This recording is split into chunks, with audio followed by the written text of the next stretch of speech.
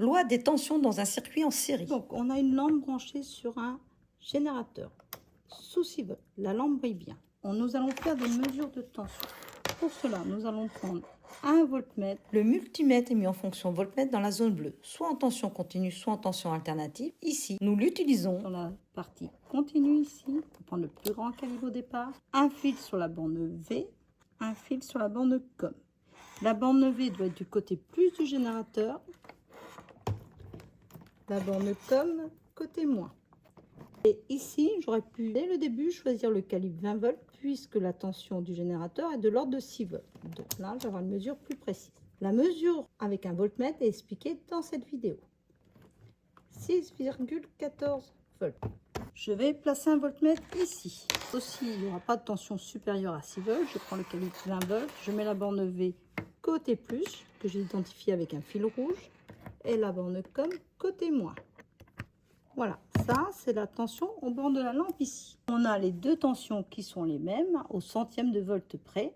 Et maintenant, je vais ajouter une lampe en série avec celle-ci. Je vais retirer lui pour l'instant. On va faire un circuit en série avec une lampe ici et une deuxième lampe ici. On va remettre l'appareil de mesure pour la tension qui est ici. Donc on voit déjà qu'il brille moins et on va comprendre pourquoi. C'est une lampe de 6 volts qui a maintenant une tension de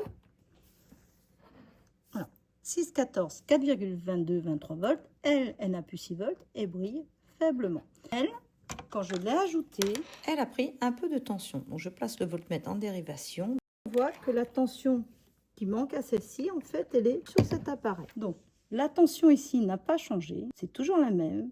Par contre, cette tension s'est répartie au bord des différents dipôles, ici et ici.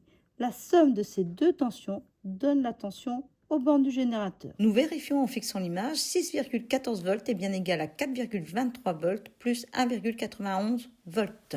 Dans un circuit en série, la tension au borne du générateur est égale à la somme des tensions aux bornes des autres dipôles mis en série. Cette loi s'appelle la loi d'additivité des tensions dans un circuit en série. Quand on applique cette loi à ce circuit, on trouve UG, tension du générateur, égale UL1 plus UL2. Cette lampe-là est une lampe de 6 volts 100 mA, ce sont les valeurs nominales. Celle-ci, une autre.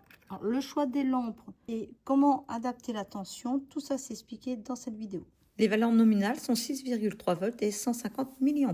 Maintenant, je vais choisir des lampes de 12 volts 100 mA. Je vais mettre ici et une autre de 12 volts 250 mA. une lampe différente que je vais mettre ici. Il va falloir mettre le générateur à 12 volts. Voilà une autre situation.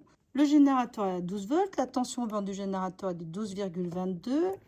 La première lampe, il y a 10,18 volts. Elle brille faiblement, puisque normalement c'est une lampe de 12 volts. Il lui faudrait 12 volts. 12,22, 10,19 et 2,03. La somme des deux donne à peu près cette tension-là. Aux erreurs près des mesures des appareils. Et pour vérifier, je fixe l'image. On a une tension de 12,22 volts au niveau du générateur et c'est bien égal à 10,19 volts plus 2,03 volts. Alors, on est toujours avec les mêmes lampes, mais vous allez voir que si je change la tension du générateur, ici, on va juste bouger un petit peu. Les lampes vont briller encore plus faiblement.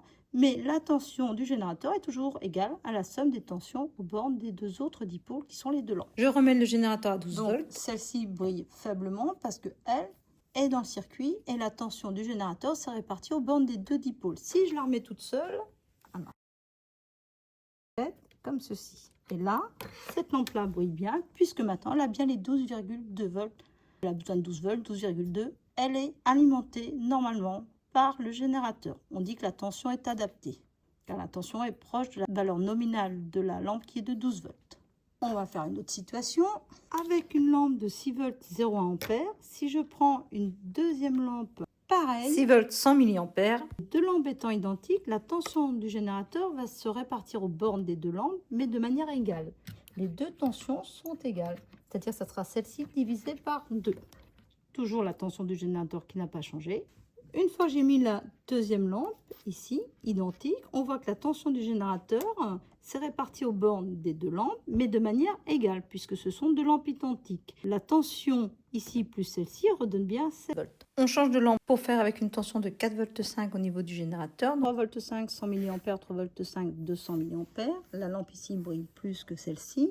Je vais inverser les deux lampes. Vous allez voir que c'est celle-ci toujours qui brillera le plus et qui aura toujours 3,51 volts.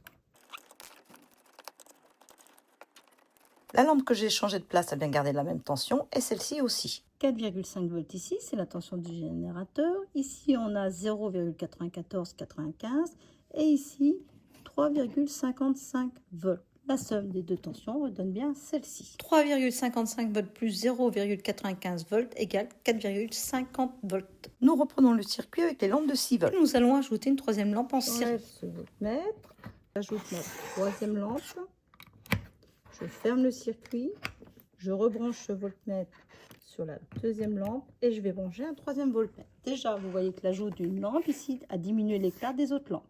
La tension a encore baissé ici. Elle a encore baissé ici. Pourquoi?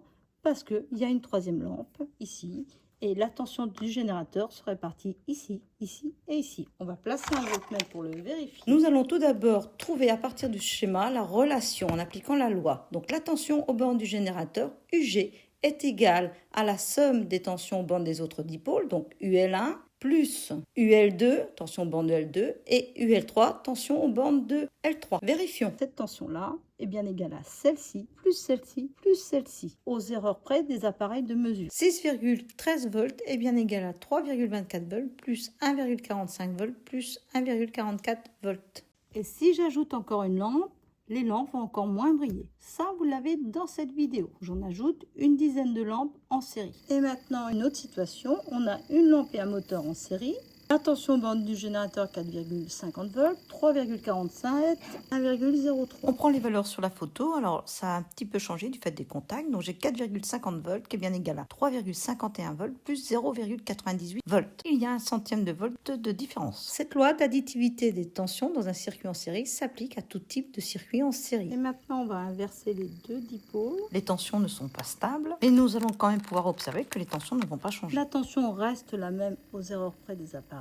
Et la tension du générateur est la même et celle-ci aussi. On a toujours la somme de ces deux tensions qui est égale à celle-ci. La place des dipôles dans un circuit en série n'a pas d'importance. Et là, on a deux grosses lampes ici qui marchent sous du 12 volts et qui demandent un courant relativement fort.